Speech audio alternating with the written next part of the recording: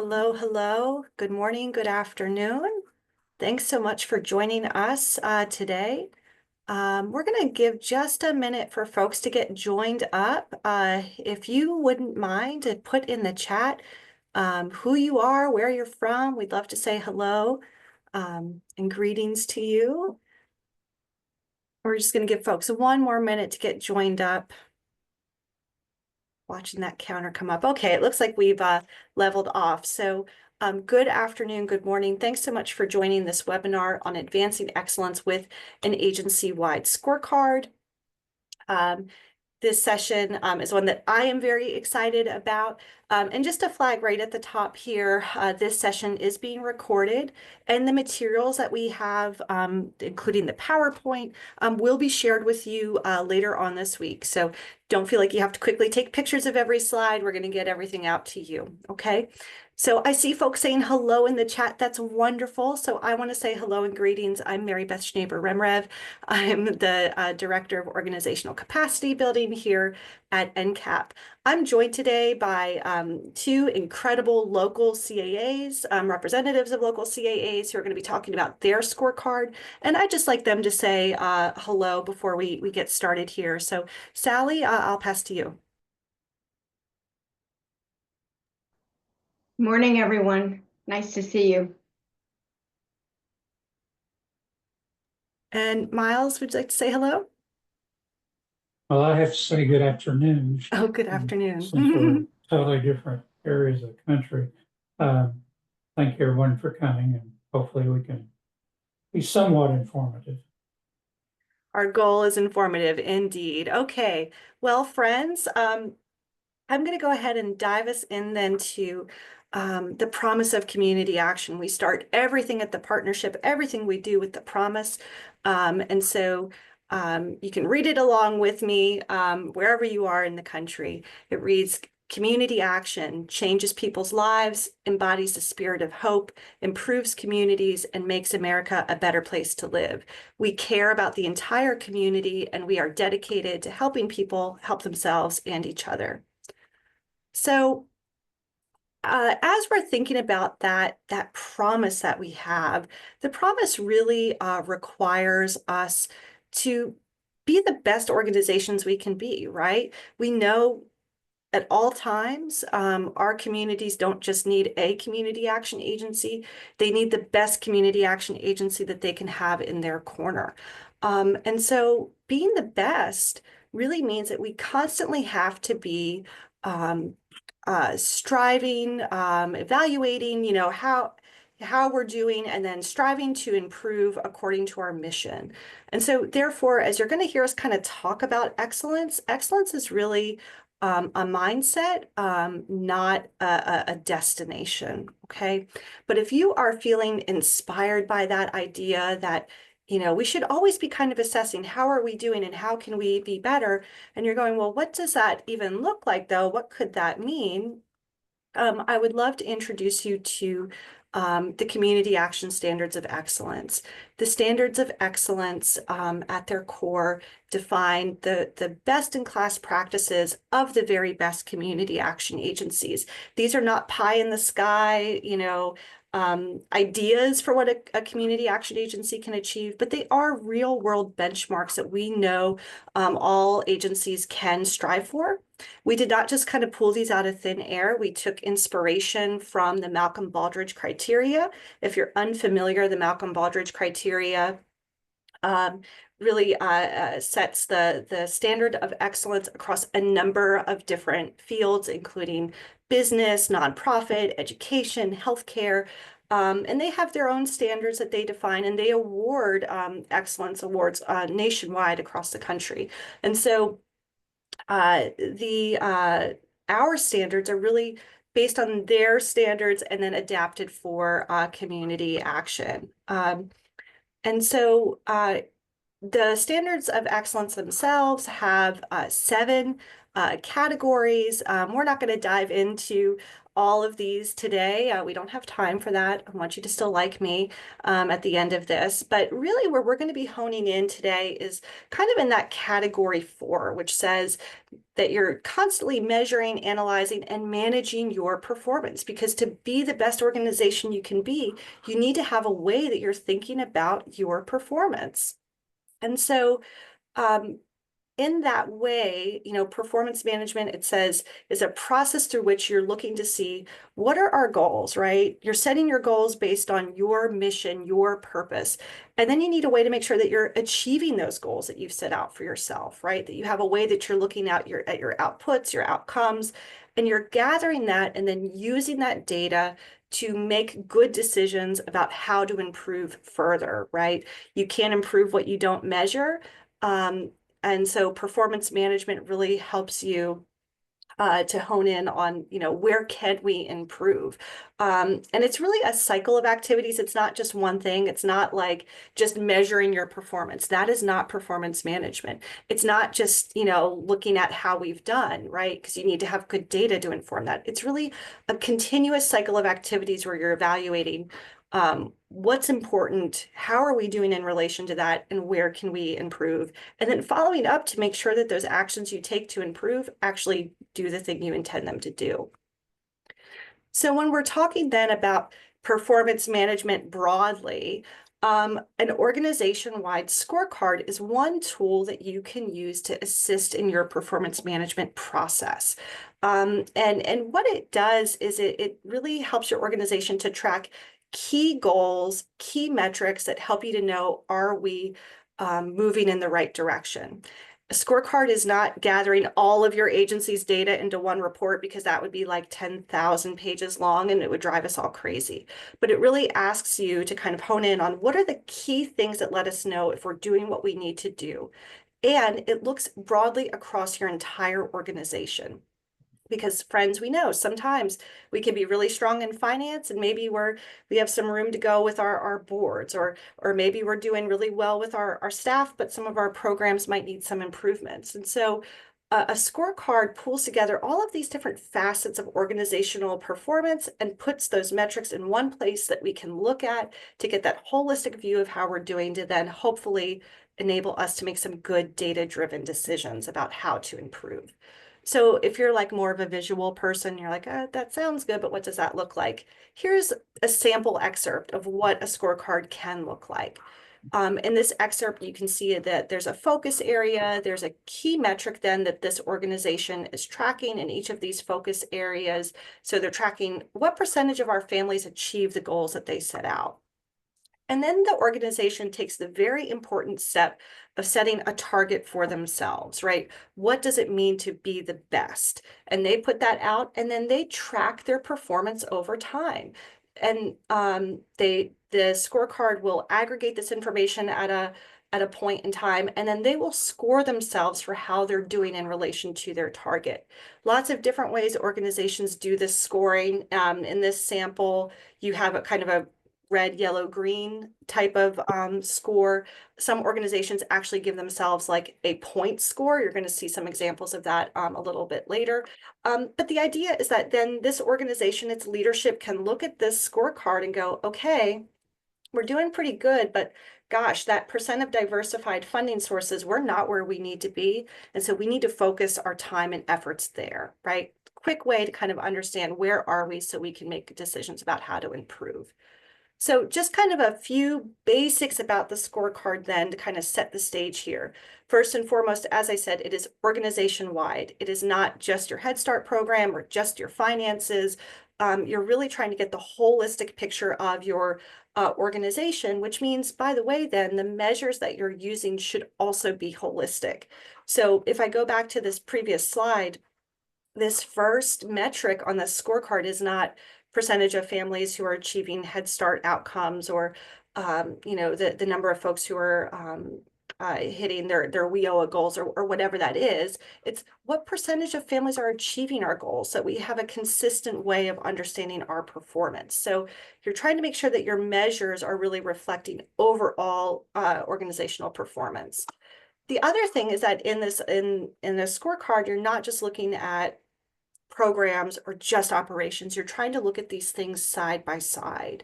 Um, and hopefully all of this should be aligned to your agency strategy, the direction that you're trying to go, right? You spend all of that time setting out a strategic plan, getting clear on your mission, making that plan for how you're going to get there. So of course, your scorecard should incorporate some of those elements of your agency strategy, right? So if your strategic plan is really calling on you to focus in on partnerships in this cycle, well, then I'd expect that your scorecard would have some really good data in there about your agency partnerships. Or maybe you're really focused on housing, then I would expect your scorecard to have some information aligned to that. So based on strategy, another really key aspect of a scorecard is that it tracks progress over time. It's not meant to be a dashboard, which is, kind of a quick aggregation of stats that you can use to make quick operational decisions. A scorecard is a more strategic tool. So let me give you an example. When I get in my car, I have a dashboard that tells me, how much gas I have. Hint, it's not a lot in my gas tank at the moment. It tells me how hot my car is running. It tells me probably my oil levels. I don't know.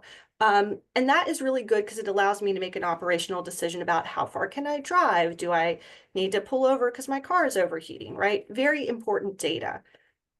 But what the dashboard doesn't tell me is how often is my gas under, half a tank? How often am I fulfilling the scheduled maintenance requirements, right? Um, that is more looking at my performance holistically, not just that point in time. And that holistic performance would allow me to make decisions to better manage my car, right? So if I'm consistently not doing the scheduled maintenance, well then, gosh, I can go, okay, I need to focus in there. Scorecard in an agency works much the same way. It's not the operational dashboard for how many appointments do we have and how many staff do we need, but more strategically, how are we performing in relation to those very key aspects of our agency mission? And that then serves as a foundation for continuous quality improvement because it allows you to know where you're doing really well and where you need to improve. And so in excellence, in all, really in many of the performance improvement or performance management processes, you will find a cycle that you use to then manage your performance and improve your performance. We tend to use plan, do, check, act, where you spend some time really defining your goals, measuring defining your goals and setting your success measures, how you're going to know that you're doing well. You spend some time then like doing the thing. You spend some time then checking, how is that going? How are we performing? And then you're adapting based on what you've learned, right? Based on what you see and check. And you go through this cycle. And the idea is that over time, you are incrementally making small but critical improvements to your organization that drive you closer and closer to your mission. So that is kind of an overview of a scorecard and why it's important and some of the features of it. Um, and so we thought it was important though, I can talk to you about what a scorecard is, what it looks like all day, but you probably really want to hear from your peers who have used a scorecard and learn more about that process, what it looks like and what they've learned along the way. And so that's why we've invited Sally and Miles to join this webinar. They're really the stars of the show. Both of their organizations have won the award for excellence in Pathways to Excellence, from Pathways to Excellence. And in Pathways to Excellence, a scorecard is a key element of that process. And so they're going to share kind of what they've learned along the way. So with that, I'm scrolling the chat really quickly to see if there's any questions while Sally's coming online.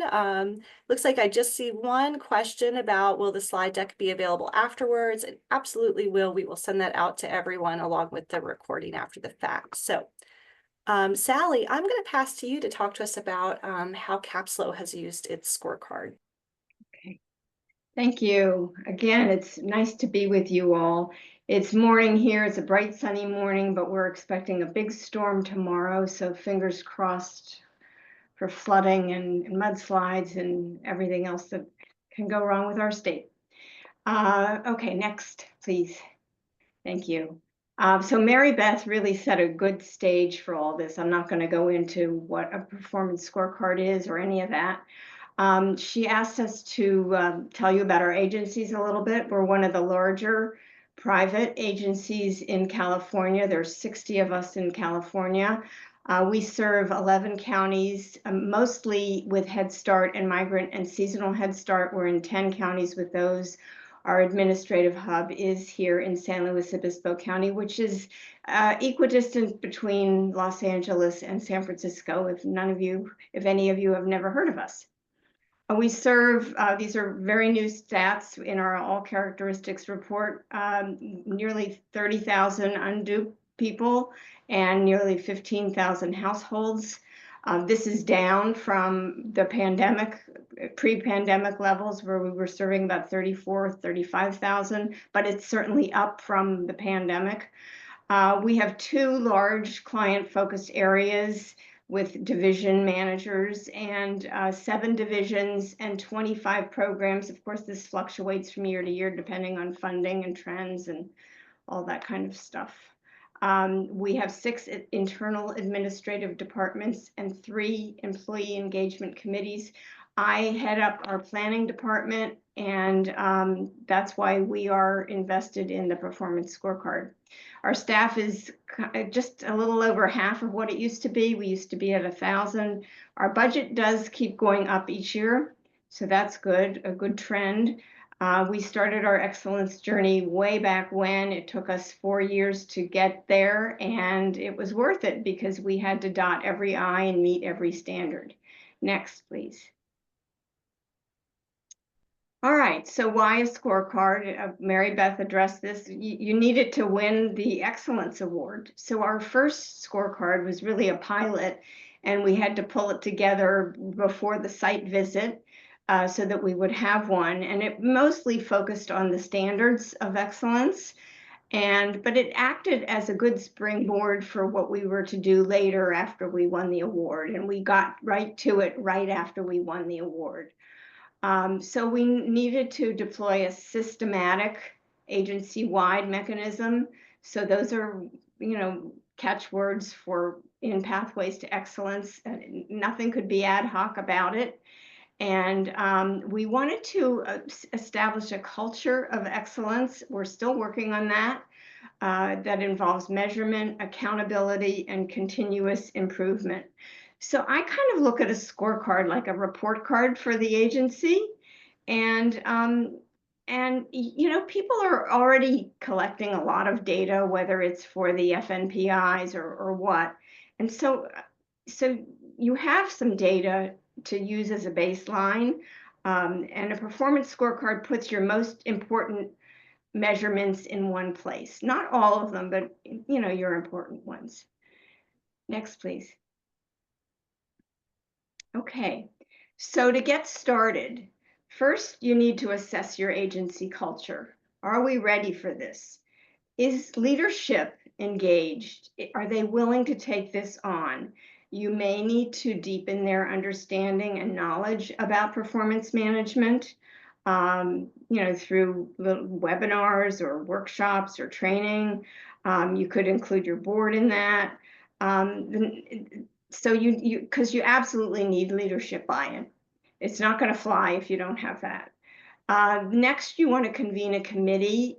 Our committee had, some people in executive leadership, some program directors, a CCAP, a Roma trainer or implementer, someone who knows about Roma. And we had somebody from IT who made excellent contributions. So you want a varied, you can have line staff. You want a variety of people that can contribute their ideas. You want to decide on a framework and then establish a realistic timeline. And during this whole process, I listened to a Balanced Scorecard Institute webinar. And on this webinar, it said that it took agencies an average of 2 to 3 years to create a scorecard they were happy with. So it certainly took us that long. And so it's not something that can be rushed. Yeah, so, but you don't have to go back, but back to the committee members, they're going to be the ambassadors that communicate about the scorecard to both leadership and staff. So you want people who can, be able to articulate your message well.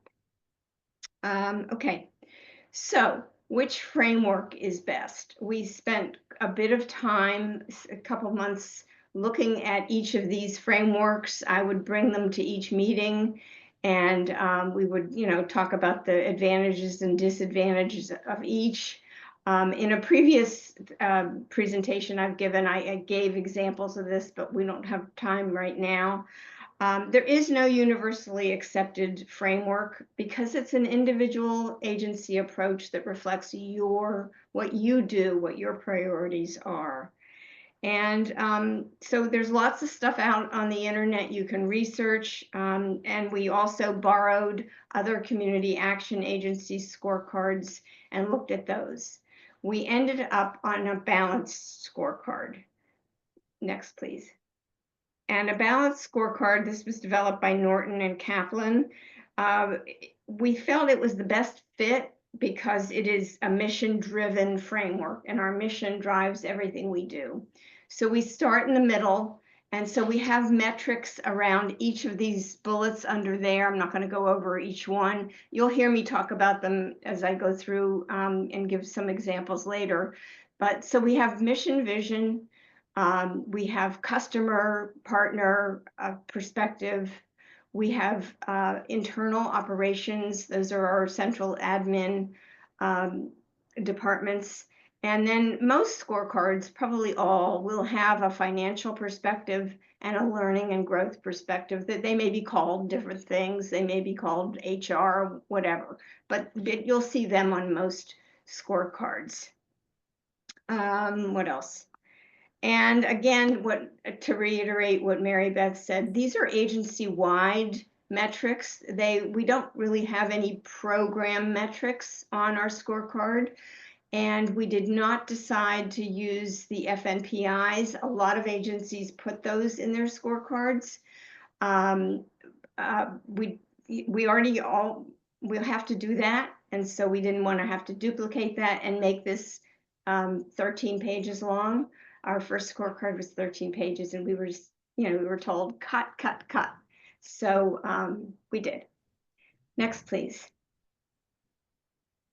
So the next step would be to identify what you want to measure. And this was difficult to deal, we had no criteria we started with. So this is again, a process of months of thinking through. So our first decision was, well, how are we going to measure this? Where are we going to go to find this data so that we can inform decision making? So it has to be measurable, has to be meaningful. Of all the things that are on this slide, I think meaningful, valuable, useful is the most important criteria for your agency or your scorecard. And then what do you do that demonstrates excellence? So we have a couple questions about, well, has your agency won any awards for either innovation? Have individuals won any hands-on heroes awards or any women of distinction awards, whatever it is in your county or place? So those are on the scorecard. What will make us accountable? In a lot of cases, you need to establish baselines. So, we'll go to a department head and say, well, what did you do last year? Let's put that down as a baseline. And then decide what you want to track over time, because you do want to track and trend things. Next, please. Okay. So what to track? Multi-year data trends are an important function of your scorecard. These are some of the things we have tracked, and an increase in our customer satisfaction. Advocacy. So advocacy has been something a little difficult for us. We have always done a ton of advocacy. Our CEO is in Washington and Sacramento frequently, and she meets with Congress people at the local level, and state and national. But we've had difficulty capturing it. So our scorecard is a place to capture. They have to put down what they're doing and the results and outcomes. Other things that people trend: workers' comp claims, employee turnover, agency resource growth. There's a number of things that you could decide to track. Next, please. Okay. Another idea is views or hits on your agency website, increase in your social media traffic. We do satisfaction and usefulness of our intranet, those kinds of things. Okay, so sources of documentation. Where are you going to get all this information from? So we get a lot of it in the different sections of our scorecard. We put different customer satisfaction results. So we have employee results in staff satisfaction. We have client results in mission-driven area. Our administrative departments are the source of a lot of what they put down, because they identify the metrics that represent what they do and what they do well. And then a number of, this was from our IT director. He said, well, let's look at our board reports. There's a ton of information we're required to put in them. So we look to them as a source of documentation. And it could be different from for your agency where you find all of this. Okay, next. How do we measure success? So then after we go through all of these identifying metrics, where are we going to find the data? Okay, how are we going to evaluate it? So we decided quickly we didn't want to choose from 5 different things like a Likert scale. We wanted to keep it simple. And even then it wasn't simple. We had to explain that you can only choose one of these. You don't do a percent that's doing 90 to 100% and a percent that's doing 80 to, and in some cases, for some of these questions, it's not 90 to 100% that would be very good. It might be 40 to 50% lower. And we decided to keep very few questions at a yes or no response. So you can see these are some of the things that we put on the scorecard. For mission, the first one is in the mission area. The second one is in the customer area. No, this question is in the mission area. Yeah. Next, please. So how we were asked to address how the scorecard has benefited our agency. Well, it serves as a vehicle to measure our strategic planning strategies and achievements, not all of them, some of them. And this has really helped our strategic plan be much more accountable. Our previous strategic plan didn't have any of those columns in it to be accountable. So when we were doing this one, we insisted that we have those embedded in it. And then we put some of those measures in the scorecard to measure it. And it's helped our customer satisfaction surveys be much more systematic. Otherwise, I fear they would be very ad hoc. We do all of them every year except for partner. We do every other year because we don't want to bug our partners that much. And then it measures our progress in identifying areas identified by employees as needing improvement, such as internal communication, which comes up on our employee survey, a bit. And it's always we strive to improve that year by year. And then we note the scorecard in grant applications. We have a boilerplate paragraph that addresses the Pathways Award, what it is, what it covers. And the scorecard is a way of measuring that as a best practice and part of continuous improvement. Okay, so I would be remiss if I didn't talk about the Roma cycle, right? So we do try to assess the scorecard biennially at minimum, annually at maximum. That would be an assessment, even though I didn't list it there. But mostly it comes in measuring achievement of results and evaluation. So this is our scorecard. This is our aroma cycle. And I just wanted to let you just take a look at it. Next. We're getting towards the end. I prepared this slide for when I gave my last presentation on this. We start with our community needs assessment, which is happening now, and it'll lead to our CAP priorities. And that funnels directly to our strategic planning goals because they need to reflect our community. And along with our organizational standards, which measure compliance, but are a good, jumping off point for excellence. And then we get our standards of excellence, which we really try to maintain in our agency in the various areas. And it all funnels down to funnels up to the performance scorecard, however way you want to view it. So that's what we kind of look like having it all put together. And then, so your next steps would be to obtain executive leadership and board approval. The second bullet, who's going to convene the committee? And then after that, who is going to administer the scorecard? Who's going to remind people that they have to do it?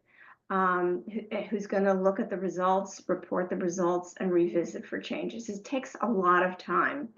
So in my agency, we decided that the planning department would, take this under our wing, and we have. But we do it annually, and some agencies do it quarterly. That was way too much for us, or they may do milestones or benchmarks quarterly. We don't do that. I do quarterly remind people to fill out the scorecard. It's on a Google form. That was an evolution. We used to do it on a spreadsheet, so now we do it on a form, and it takes quite a bit of reminding people. Some people do it, automatically. Other people take, quite a few reminders. And then, deciding when you're going to report to the board. So we do that. First we report to executive leadership, and then to the board. And lastly, we use the data for continuous program and agency improvement. Next one.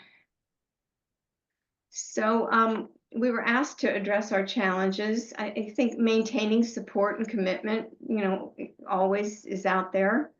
Again, getting department directors and managers to complete the Google form. They are busy with other priorities, especially now.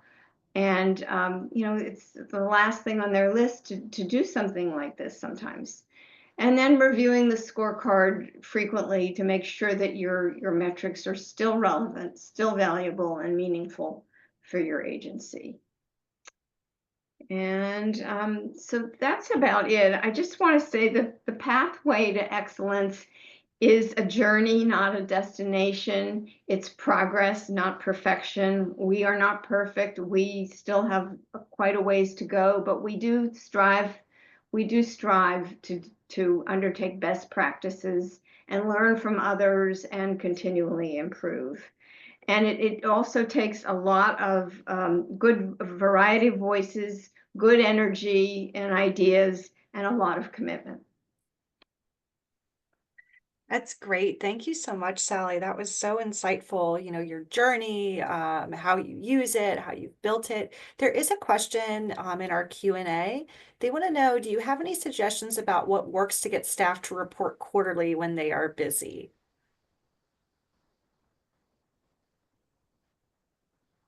Let me think about that. Okay. Yeah. That can be a tough one, huh? It's I think our chief challenge. Yeah. Mm-hmm.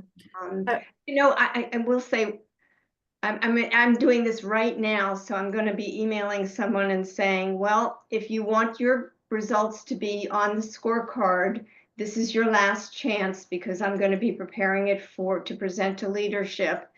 And I don't think they're going to want that area, that whole component, important component, to be empty. So if that doesn't work, then it's going to show up empty. And I'm a firm believer of natural consequences. I don't know what else to say, because this will be like the 5th time that I've asked this person. So And Sally, Melody in the chat put, I hear about having to send the multiple reminders. Smartsheet is a great tool for both assigning strategic plan tasks and creating a scorecard. It also automates the email reminder progress to help stay on top of those that need extra reminders or complete a task or update data.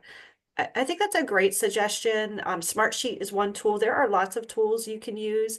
And when I was at a local CAA, we actually used SharePoint, and that worked, so it can be, there's so many different software options to help you automate some of this. I don't know that it always helps with the folks who need 5 reminders, but then at least it's not you sending all 5 of those reminders. That might help too. So we have spoken at our leadership retreat, where people like a more personal approach.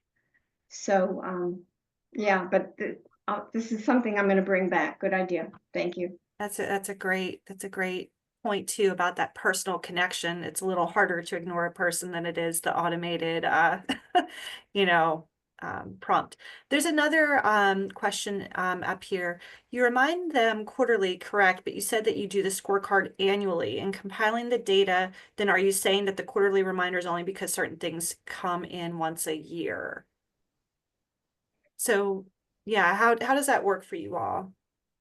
Well, sometimes what they enter is the final, because they only do something once a year, and it might be earlier in the year. And it's just different. People have different processes in the departments. And but it also gets them in the habit of looking at it and getting familiar with it and entering. And then at the end of the year, I remind everybody, update it. If you want it in there, it's, if you want your good work to be captured and told and reported, get it in there. So That's great. Great. Okay, well, Sally, thank you so much.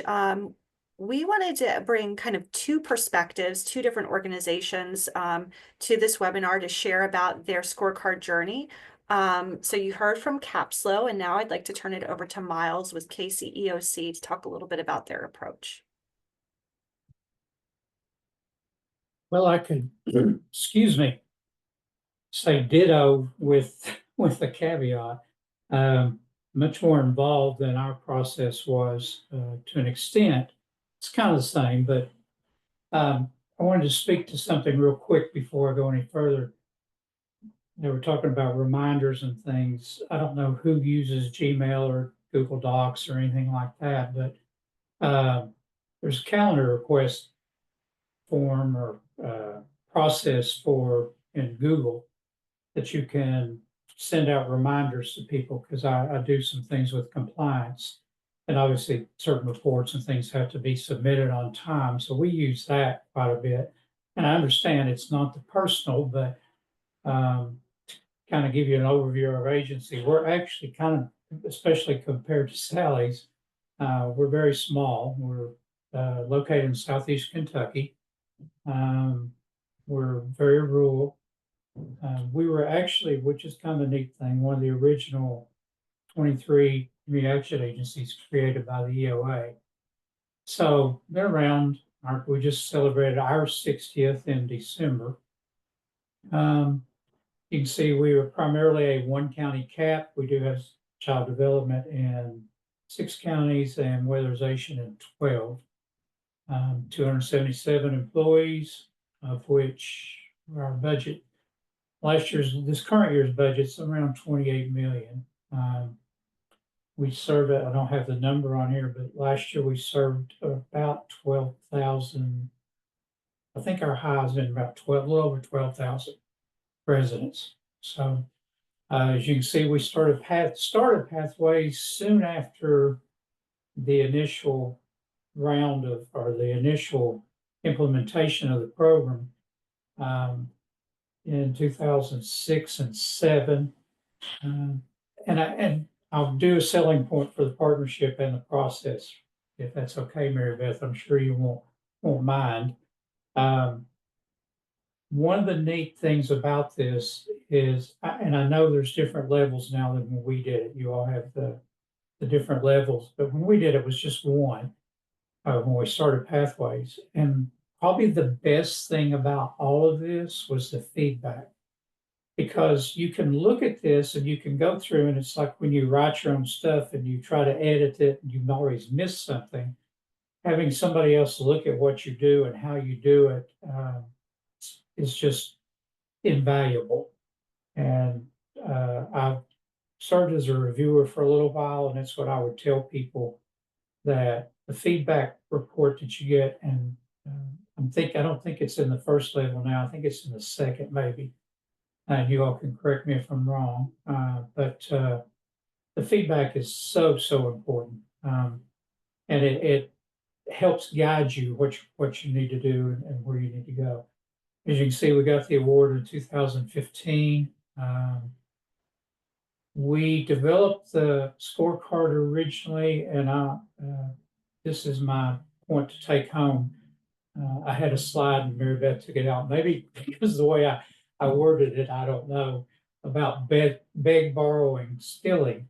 The one of the best things about the network is that everybody's open to, here, I have this, I've created this tool. If you're welcome to use it, adapt it, do what you want. That's what we did.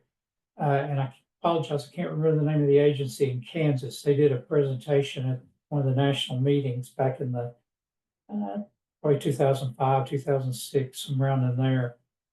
And they were one of the first to start utilizing Scorecard. And so basically we took their scorecard and just really tweaked it, adapted it, changed it to fit ours. Now it's changed quite a bit in the last almost 20 years since we first implemented it, but that's how we got started with it. And I would make that suggestion to anybody that doesn't have one to reach out to as many as you can that and everybody I'm pretty sure will share. So again, not really knowing what to expect when we started Pathways. And I guarantee you this is probably true of every agency. When you go into it, one of the first things you say when you're reading the standards and you look at it and you think, oh, we do that. And somebody will say, well, how do we do it? Or how do we know that we do it? And that's what you always get hung up on, is trying to figure out how to explain what we do and how well we do it. So that was part of why the scorecard was created. That's part of when you do your self-study, you really have to examine what your processes and how well they work. So anyway, that's one of the biggest things that comes out of Pathways, is you really have to take a hard look at, oh yeah, we do good work. Well, how do you prove you do good work? Well, our numbers. Well, what do your numbers mean? So all that goes with it. So I mentioned before we've had a scorecard almost 20 years. Honestly, and well, we developed it because you had to have it for Pathways at the time. And it wasn't something maybe we took as serious at the time that we probably should have. It was a tool to reach an end. We've looked at it a little bit more seriously as the years gone on, and now it's actually helped us do some things. And again, it's a tool. It's an examination tool to help you improve. So go ahead, Mary Beth. As you can see, and I'm not going to read everything on here, we look at 9 areas for our scorecard. It's fairly simple scoring system. Only thing, unlike Sally, who ours is dependent solely on me, and I don't mean that in an egotistical way. It's just I'm the one who does the scorecard. So basically, our process is fairly simple. we have the scorecard, which the next slide, I'll get to in a second, but the next slide will show that we have 9 areas. And basically we have the form, and I go to each area and we sit down. Usually takes about an hour to go through it. We go through each category. And if it's something that needs documentation, I ask to see the documentation. So the score is based on my interview with the people and the documentation they give me. Once I assign scores to each of the categories, I send it back to the person that I have interviewed. They review it. They come back to me and say, well, I'm not sure that I agree with this. I believe we do this better, or, whatever. And then we work through that. And if they can show me that maybe I missed something, or maybe and again, it's somewhat objective, our scoring is. So, maybe my objectivity isn't as good as it might have been at that moment or whatever. So that's our process. As you can see, when we look at the card, and why don't we go ahead and look at, I think it's the next slide, Mary Jo. Yeah. Okay, as you can see, we have these categories. And the reason I wanted to point this out, if you look at number 7, Roma goals, for instance, our facilities really doesn't have a Roma goal or an MPI goal or target. So they would have an NA in there, and that actually lowers the total score. I mean, so it's fair in that aspect. We can always adjust the scorecard to fit whether a particular area does that or not. We tried to combine as many areas as we could. For instance, housing incorporates not only our housing construction program, but also housing counseling, any types of workshops we do. It encompasses the whole housing realm. And then even though it's tied, we have weatherization as a separate entity in that. So again, it's pretty simple. What we do with this is, once we get all of the 9 scorecards completed individually, we take the information we have and we put it in a spreadsheet that basically is a very large spreadsheet that has each area plus all their scores, and it's tabulated to give us an overall agency score. Once that's done, we usually do this in the fall after our CSBG program year is July to June. So usually we do the interviews and so on in August, or maybe early September, and then report to the board either in October or December. The board gets the large spreadsheet that I was telling you, which I'm not sure how much they look at it, but we also do a summary.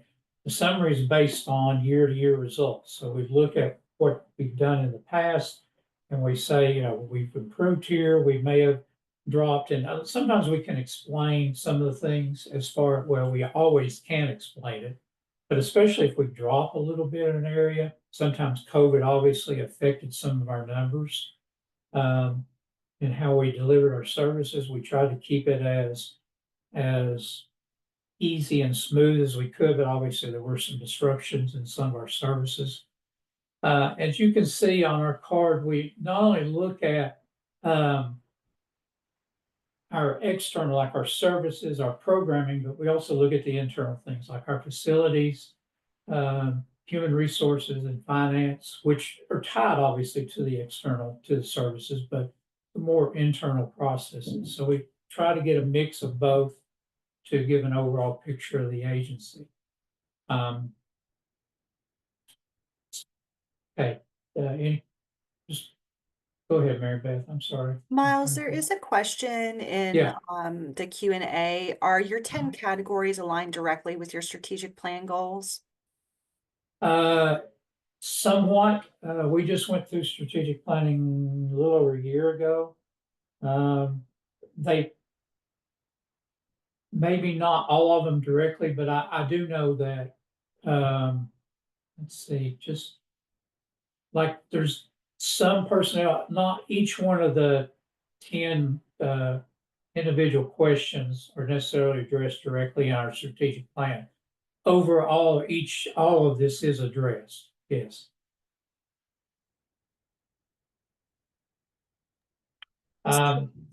One thing that we were asked to address is one of the issues, two things, complacency. Sometimes you get a tool that you like and it works for you, and so then it just becomes routine and somewhat um, non-impactful, I guess you should say, I could say.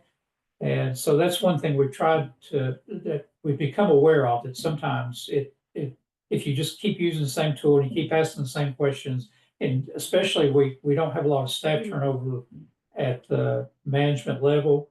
So you get used to people, they get used to you, and you kind of settle into a routine. So we're trying to fight that a little bit. It's easy to do.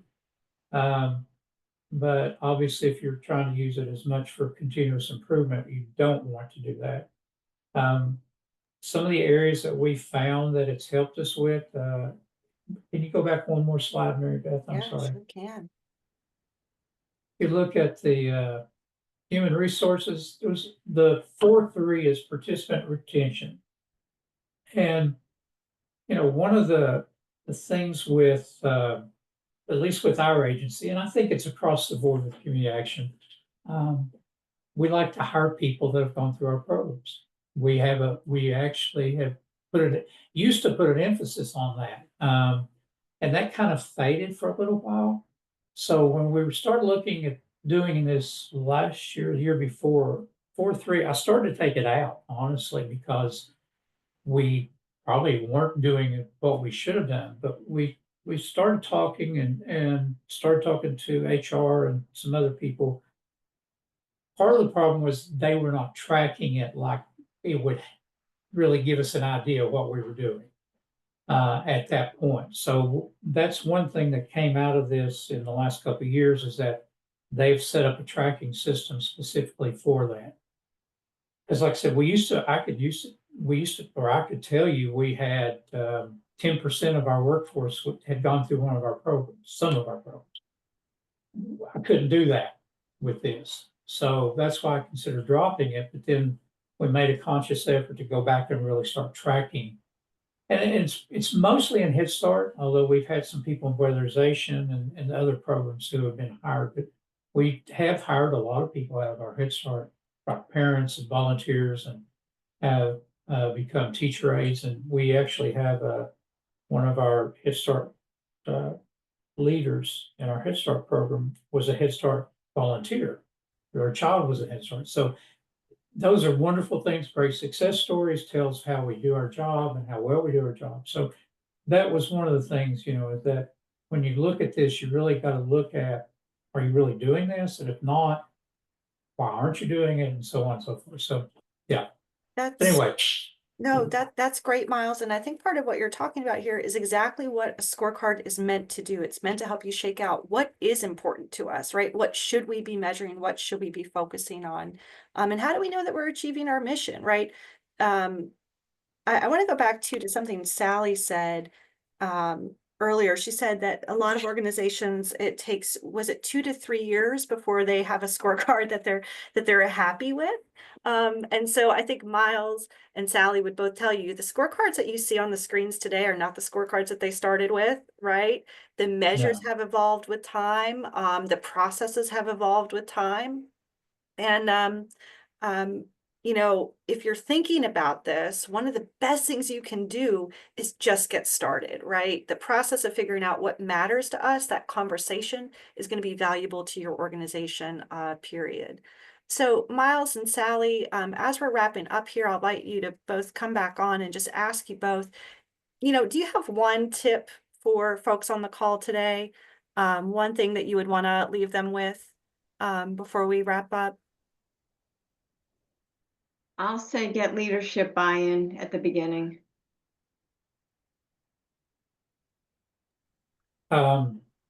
And I had asked this question of Mary Beth in direct message. I don't know how many people are on the call who are actually, I assume all of you are assuming or considering going into pathways at some point, if you're not. Like I can't emphasize enough the importance of doing it for you all, not to get an award, not to, I mean, that's honestly, I mean, yeah, everybody goes into it with that ultimate goal, but that's not, should not be your primary focus. Your primary focus should be that improvement.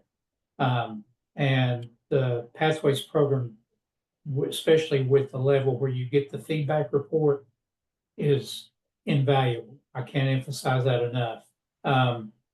But to get started, reach out to me, reach out to Sally, reach out to other people who have gotten the award, and ask for tips, ask for a scorecard. Because like I said, I will give you anything we have because we have borrowed from other people to get where we're at. So we don't look at anything as proprietary on our end. But yeah, just reach out. The network's really good about that. This network is so good. This network is so good. And if you're not sure where to start, you're not sure who's done a scorecard, or you want some different models, as Miles said, reach out to Sally, reach out to Miles, but also reach out to NCAP. We're happy to help you connect with other folks as well, and see different ways of approaching this. I want to promise that we did not pay Miles or Aaron for these plugs of Pathways to Excellence, but I'll tell you, most folks, I haven't talked to anybody who's gone through Pathways to Excellence that said it wasn't valuable, right? And the changes that it created in their organizations were powerful. And so if you're curious about Pathways to Excellence, this program that we're talking about, what the program seeks to do is to help you to learn about the standards of excellence, do that rigorous self-study of your agency efforts compared to those best-in-class practices. And then this is the point that Miles was making. You can receive feedback from your peers about those areas where you're doing really well and those areas where you have some room to improve. And then the idea is that with that information, armed with good information, you can implement and institutionalize those best-in-class practices, and we hope ultimately become an agency of excellence. We have different tiers of engagement. We accept enrollments for the bronze tier at any time. That's kind of the toe in the water, learn about the standards, get your processes together to get started. At the silver and gold tiers, your agency is receiving some more in-depth training. You are actually completing a self-study and receiving peer feedback, and also getting some additional training and technical assistance to support you on the journey. And then ultimately, the award for excellence is now our platinum tier. That if you're going to enroll in that, let's talk before you do. But here's some kind of a headline for you as we're wrapping up. If you want to learn more about Pathways to Excellence, it is on our website. You can learn more. If you want a copy of the standards, you can email us at excellence@communityactionpartnership.com, and we will send those over to you. Our enrollment for the silver and gold tier of Pathways to Excellence will be closing for our winter cohort February 21st. So if you're on the fence and you're looking for a sign, here's your sign. We hope that you'll enroll. We also will be doing some implementer training later this year. That's not the same thing as Roma implementer. It is different. It basically teaches you about how to go through the process of a self-study. What should you be thinking about? How can you implement some of the best-in-class practices? That's really what implementer training is. We'll be enrolling for that here soon. That'll be April 1st. And then every year we enroll folks in peer reviewer training so that you can be one of those experts who provides feedback to your peers across the country. So I just want to pause here. We have 1 minute. Any last questions, comments? Oh, I do see a question. How many CCAPs do we need to sign up for Pathways? You don't have to have a CCAP to sign up for Pathways. You can sign up at any one of the levels. The standards do say that CCAP is an important part of of professional development. It does show up in the standards of excellence, but just get started. If you enroll, you can learn more about those standards and think about what that would look like for your organization. So, Michael, Sally, yeah. I'll give you, if you really are interested in this, and if you are going to go through pathways, become a peer reviewer. And I'm going to tell you why. It's cheat code. Because if you go in and you look at, because that's one thing that helped us. I went through peer reviewer training soon after we started doing pathways. And it actually gives you what the reviewer will look for and what's important to the process. So then you can go back to your agency and say, okay, here's really what we really need to work on. So it makes a difference, and it's beneficial for you all, for you and the network as well. That's a great point. Peer reviewer. And if you're thinking about going on to the gold tier, you're going to need a peer reviewer on staff anyway. Sally, did you want to add something? No, I meant to bring that up when I was talking, but that's a very good point. I did the same thing. Got the peer review and while we were doing it. And Jim Boyd was invaluable and he helped with the scorecard. So. Yes, a peer reviewer is an incredible experience, and you get to see all of your peers and all of their good work. It's so much fun and a great way to give back to the network. So friends, we are actually 1 minute over time. So we're going to go ahead and wrap up here. We put an evaluation in the chat. We'd love your feedback. Can we give some love to Miles and Sally who so graciously gave of their time and their knowledge. They shared that with everybody. Y'all did an incredible job. If you have any questions, want to talk further about excellence, we're here. Reach out to us. And with that, we'll say thank you. Take care, and we'll see you soon. Bye, y'all.